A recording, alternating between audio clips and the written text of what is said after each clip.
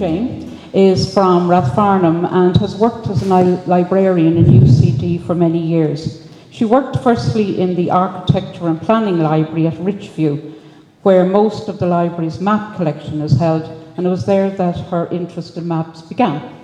Tonight's presentation will feature a range of free websites where historical maps of Dublin can be viewed. Without further ado, I'll pass you over to Jane. So thanks to the Kilmacud Slorgan Historical Society for inviting me along. Everyone loves maps, and that's why we're all here in this room together. And I'm going to show you some websites and so forth as we go through the presentation. Just to say that it is so much easier now than it was 10 years ago to find maps online. So much so that when I started preparing this presentation, I thought I'm not going to find enough, but in fact I found too much. So I have left out entire pieces of information, but it's just wonderful how many different websites there are, and it would be great if everything was on the same website, but they're not. There's different platforms, different types of viewers, different websites. So I'm just going to show you a range of what is available. So I'm just going to start off with the Log Anam website, which is the Place Names Database of Ireland. And its website is a great site just to show some of the admin boundaries for the country and overlaid on a current map background. So when you're on the browse page here, you can click on any of those radio buttons on the right, and you can bring up that type of boundary for the whole country. So it's very handy to be able to do that. Then when you've clicked on the boundary that you want, in this case I've decided to go with the townland boundary, it'll open the whole map of Ireland, and you can just zoom in on the map to the area of the country that you're interested in.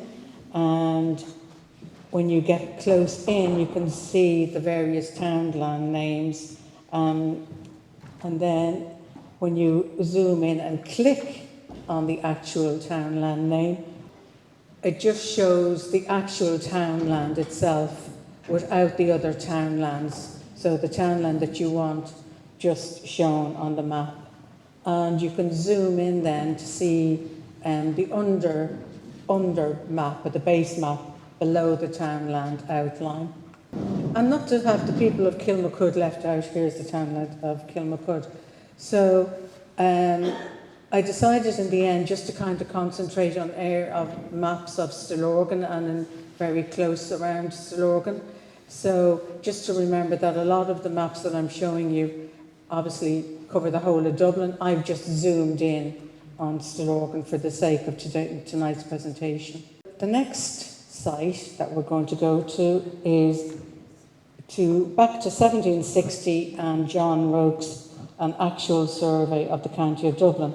And this is on the Virtual Record Treasury of Ireland website, which was launched in 2022. And it's not too difficult to search, especially if you have a name like Roke. So you can just put in Roke Dublin and search in the search box for that name. And at the top there, put the link to the actual John Roke map page. So when you open on that link, you get brought to a page about the John Roke 1760 map. And from there, you click the next blue button that I've shown there at the bottom. So John Roke, I'm sure half the room knows, is, and I will tell the other half, is a French cartographer who spent 6 years in Ireland, where he produced several maps, including County Armagh, Kilkenny City, Thurles and Cork City, and then lots of maps for Dublin. When you're on the landing page for that John Roke map, you just need to click on the View Digital Content button, and that brings you to a page with the map. The map was made in 4 sheets, so you need to just arrow through the bottom of the screen to get to the actual map that you want. And map number 4 covers the southeast section of the county. So that extends to the border with Wicklow and includes the city of Dublin, and Dalkey, Dunleary, Bray, and of course Stillorgan and Kilmacud. When you've moved along on the arrows to get to map number 4, then you click on View in Full Screen, and then you can zoom in on the actual map of the part of Dublin that you're looking at. So it does give quite a bit of detail there. So Roke's map proposed to show, among other features, main and crossroads, lanes, paths, hedges, hills, bridges, brooks and ponds, gentlemen's seats and houses. However, it is known from other contemporary reports and estate maps that Roke's map does have inaccuracies, but it does include many place names, and of course, apart from being very decorative, it is a very useful map to have from this early period of 1760. So when you're on that kind of a map page, an easy way to save an image from it is just to click with your mouse, click right with your mouse, and that will open the Save Image As. And once you click on that, you can download a JPEG and save it that way. So staying with the Virtual Record Treasury of Ireland website, it has lots of other maps, and I've got a link in there to their online map room, which has over 6,000 maps in it. And they've been collated or gathered from all these other archives and libraries around Europe to replace the many items that were burnt and lost in 1922 in the Custom House fire. Another of the maps that's in the Virtual Record Treasury of Ireland website is John Taylor's map of the environs of Dublin. Again, at the top there, this link will bring you to the information page about John Taylor's map. And when you're on the information page, you click on the View Digital Content to see the whole map. And then on the map page, you click on the bottom blue button there, View in Full window. There's an image of John Taylor's map from 1816 showing the location around here. And again, shows roads and rivers, gentlemen's houses, domains, woods, churches and castles. And to quote J.H. Andrews, the eminent cartographer, with all its faults is clearly a major historical source as well as a work of art. So that's 1816, and then about 40 years previously, another Taylor, this time George Taylor, no relation of John's, had with Andrew Skinner surveyed the roads of Ireland. And in order to do this, they raised about £2,000 from a number of Ireland's gentlemen and noblemen. And this was enough to do the survey with about 25 assistants, create engravings and print the mapping. In the book, Stillorgan appears on map number 140 with the various houses owned by nobles and gentlemen along the route and named on the map. So obviously, I guess to our minds, the map is upside down because I've marked Dublin and it's at the bottom and Shankill is at the top. So it's kind of going north-south the wrong way around from what we would think. But by zooming in on the map, you can see the houses and the churches there more clearly, and as well as a house name. They've included the owner names for some of them. So you can see I've circled there Stillorgan Park, owned by Lord Carysfort. And the images and the drawings themselves on the maps of the little houses, they're just pictograms. It's not somebody went out and drew a picture of Stillorgan Park House. They're just pictograms representing the house and a pictogram representing a church. So you can see that from the legend which is included on the Taylor and Skinner maps. Now, I shall move on to the next Taylor. So many Taylors. This is a map, a sketch of the environs of Dublin by Major Alexander Taylor, the older brother of George Taylor. And he was a military engineer, a surveyor and a cartographer. And he planned surveys of over 2,000 miles of road in Ireland between about 1805 and 1815. So we can assume that the roads on this map are excellently done. On this map, and the link there at the top, will bring you directly into the map. The houses are shown in more precise locations compared with the 1717 map. You can see again that the houses are all represented by an identical type of pictogram, but some house owner names are included on the map. For example, I've circled there Sir Thomas Lighton at Merville. So that's on a website from South Dublin County Council, but they just have the JPEG on, so it's nice and handy to get into and look at. This is another web page from South Dublin County Council called Mapping South Dublin County in Time. And at first glance, it looks as if this might be outside our zone of interest, as clearly it's the area within the orange boundary line that's being highlighted. However, if you click on the layers symbol there over on the left-hand side of the page, we will see that there are maps or layers of interest relating to Dún Laoghaire-Rathdown.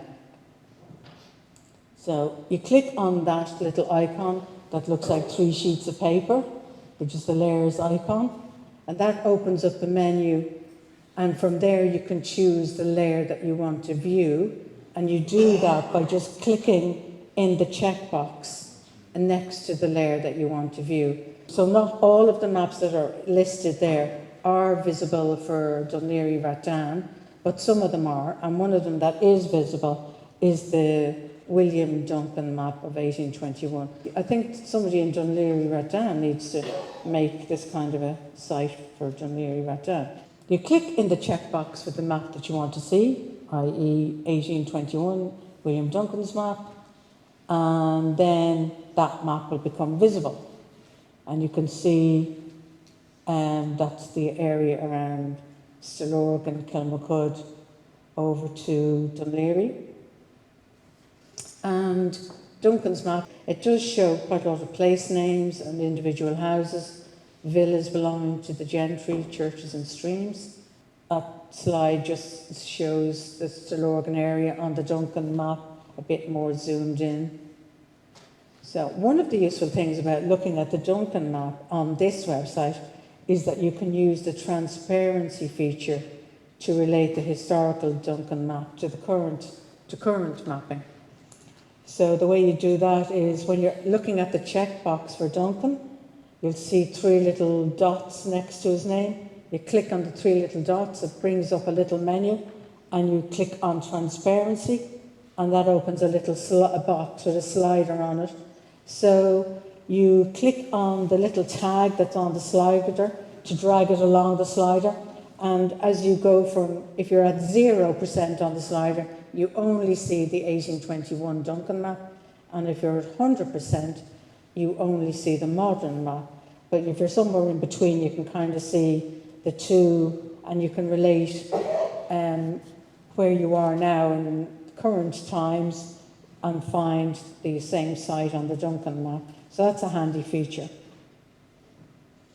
So, from South Dublin and to a very specific selection of maps, I'm going to go and show you the David Rumsey map collection, which is one of the largest collections of digital maps in the world. 138,000 or so maps on his website, and everything you can download and use for free without any copyright bother.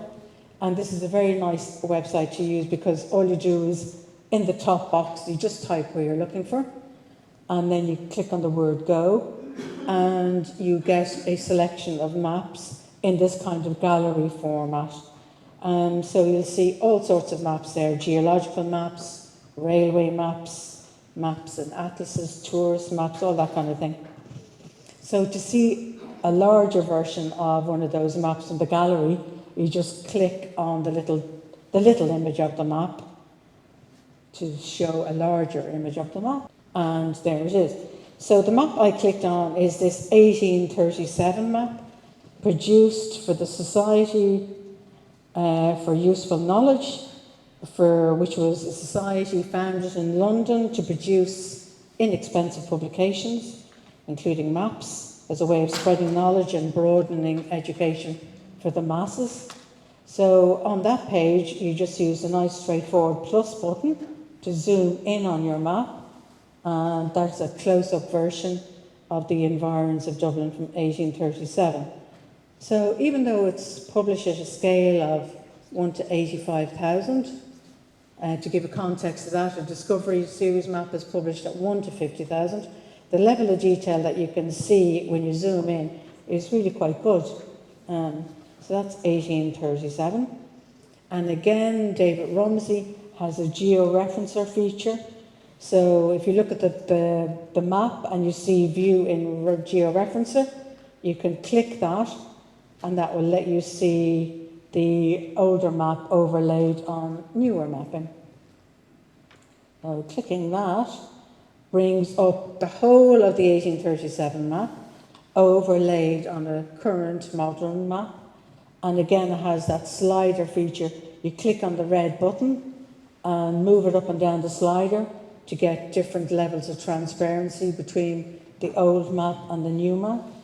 So there's just two images with the slider set at different positions, or the little red dot button on the slider set at different positions to show you what it can look like. So when I was introduced by Muireann, the UCD Digital Library was mentioned. I do have a preview of our new viewer, which I can show you. And so it'll have a map like this, where a background map like that, where all of the maps that are available in the collection will be shown with these coloured circles, which you can just zoom in on them. When you zoom in quite close, you'll see they turn into green circles, and you can just click on one of those green circles to bring up a page about the map in question. So, unfortunately, there are no maps in the digital collection for exactly Stillorgan, Kilmacud, but people might be doing research in other parts of the country or other parts of the county. So I just thought I would show it to you anyway. And then when you're on that page, you'll be able to just click on View Item, and from there download the image and see the whole map in that format. This is just a selection of samples of extracts from various parts of the country, showing the type of information that is on these maps. So I've got Ennis and Loughrea and Wicklow Town and Cork, and you can see that they show the names of barracks and ball alleys and the interiors of some public buildings. And they also have useful information like boundary lines and townland lines. There are quite a lot of abbreviations on the map, and the maps don't come with legends, but a very useful source of information is the recently published book from Paul Mulligan, which includes all of the abbreviations and has a glossary of terms, and also has a table of scales used on Irish Ordnance Survey maps, and a table of place names changes, and all other additional information. So these are not online yet, but they are due soon on the Digital Library, the revamped Digital Library. And these are the Dublin parish maps for 85 parishes surveyed between 1863 and 1867. The Memorial Atlas of Ireland, which is online, shows the whole county with the parishes all in different colours and all named. And you can zoom in on that map and then see exactly where your parish ends and begins and what parish you should be looking at. So, for instance, the parish of Stillorgan is published on 2 sheets. That's the index for Stillorgan parish. So it's published on 2 sheets. Some of the parishes, like there's one parish that's published on 35 sheets. I think it's Lusk or Skerries or somewhere. So just 2 sheets. This is the composite map of Stillorgan, which is the parish map from 1866.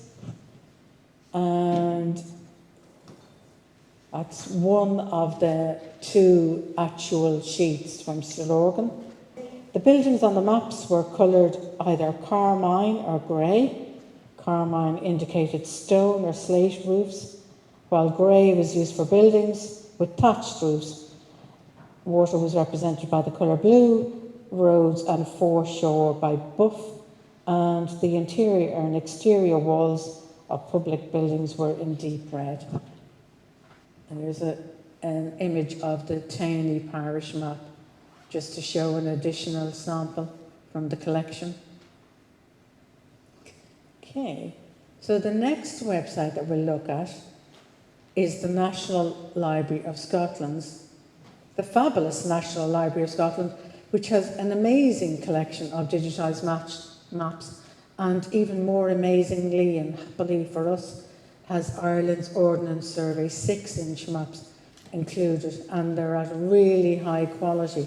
So it has both the first edition 6-inch maps from around the 1840s and the 6-inch mapping from around 1900. So the link there brings you to Dublin sheet 23, corrected to 1843 for the Stillorgan area. And this is Dublin sheet 23, revised in 1907 to 1909. And you can see, obviously, that they're really crisp. There's no watermarks. And what I've circled there in red, which might be of interest to some people, are contour lines. So for anybody who's got amazing eyesight, the 100 there marked on the map represents 100 feet above sea level. And the National Library of Scotland also has this side-by-side feature where you can compare two pieces of map from the both dates, so the 1843 map on one side and the 1907, 1909. So when you click on that link, it will just bring you directly into the side-by-side feature. It's very nifty. And another collection that the National Library of Scotland has on their website are the 1 inch to 1 mile mapping for the whole country, which is kind of a handy scale just to give an overview of a larger area. And so we go from Scotland to France. It's great how other national libraries have digitised Irish maps. So Gallica is the digital library of the National Library of France. And one of the maps which they have on their website is this Dublin map 31. Can't quite see the bottom of that, but when you're looking at the bottom of the sheet, you'll see the word zoom. So to get into the map, you just click on zoom first, and then you can use the plus button or your mouse to wheel and zoom into the map. That's a very clear map of the area around Stillorgan. And they do have other Irish maps in their collection. Well, for Dublin, the last 6-inch scale map produced by the Ordnance Survey was in the 1930s. So to find an online copy of this map, you can go to the Map Warper website. So I think a handy way to use this website is on the home page, just click on at the top tab where it says Find by Location, and that brings up a map of the whole world. So you just zoom into Europe, zoom into Ireland, zoom into Dublin, and as you keep zooming, on the left-hand side, maps which are available for that part of the country will appear, and then you can click on the one that you want. So this has the 6-inch sheet from 1936 to 37 on it. It's a little bit fuzzy when you first open it, but if you zoom in, the mapping image becomes very sharp and clear. And it's great to have somewhere that has the 1936-37 map. Now we are in the late 1930s, which is about 90 years ago. So I guess that's where historical maps talk should stop. But I just wanted to show some of the street maps which you can find online and which are a great source of information showing the development of Stillorgan and the environs in the second half of this, the 20th century. So the University of Wisconsin, of all places, hosts the American Geographical Society Library Digital Map Collection, and it has quite a good collection of Irish maps within it. So one of these is this 1953 street map, and when you click on the link at the top there, it brings you to the page about the 1953 street map, and then to open it up, you just click on the double arrow in the top corner of the sheet, and this map is really very sharp and clear and shows the area brilliantly in that, for that date, 1953. So you can see the built-up areas show the housing, and churches and schools and convents and public buildings are all shown in black. And the library in Princeton hosts the 1972 street map. So when you open the link, the default is that you see the north side of the city first. So you just need to click on the thumbnail image for the south side of the city over there on the left. And then that brings you into a view of the south side of the city from 1972. And you just click on the full text there at the bottom right corner. And when you zoom in on that, a very nice map from 1972. I think the Stillorgan Shopping Centre is just about shown there. So the dark grey areas kind of show the estates and the houses and the built-up estates. And lastly, I just wanted to mention the Internet Archive. So the type of book that you might expect to find in the Internet Archive will be something like this 1787 book by Richard Lewis, and both Kilmacud and Stillorgan are described in it. Kilmacud apparently had very refined air back in the day. Anyway, that's a link to the 1787 book, and it is the kind of thing that typically you might expect to find in the Internet Archive. But you can also find, if you do a very basic search for, say, something like just typing in Stillorgan Dublin, you'll see it finds a range of publications, the old and the new, and including street maps. So some of these you will need to borrow as opposed to just clicking on it and opening straight away. So that's kind of their way of getting around just people getting recent books for free. But it does mean you have to sign in with your email address and create a password, and then it lets you borrow something for an hour, and then it just, if you log out, it puts it back on the shelf. But what you can find in there include the Bartholomew Dublin Street Finder from 1994, and you can also find the Dublin Street Guide from the year 2000. So I guess gradually more will be added. So folks, hang on to your street maps. They're a great way of finding information. In the Ordnance Survey's now named Táilte Éireann own online store, you can view a really nice current view of the area. And just out of curiosity, in UCD, the athletics track was moved within the last 2 years, and it does show it in its new position. So they obviously do update it quite regularly. And anybody can go into the OSI store and look at a map like that. You don't have to buy anything. You can just look, and it's very nice. So that was a look at some of the websites and places that you can find maps. And for a general listing of maps, I'm here, so I might as well plug my page. We have a list of arranged in 3 sections: maps of Dublin, maps of individual maps from individual counties, and then another page with maps of atlases and series which cover the whole country. And I'd also like to mention Brian's page, the Dublin Historical Maps, where he's categorised them into different eras and you click on one of those eras or date ranges, and that brings you up another map where you can choose to view other maps within that website. It's a good place to start looking as well. And I am done. Thank you very much.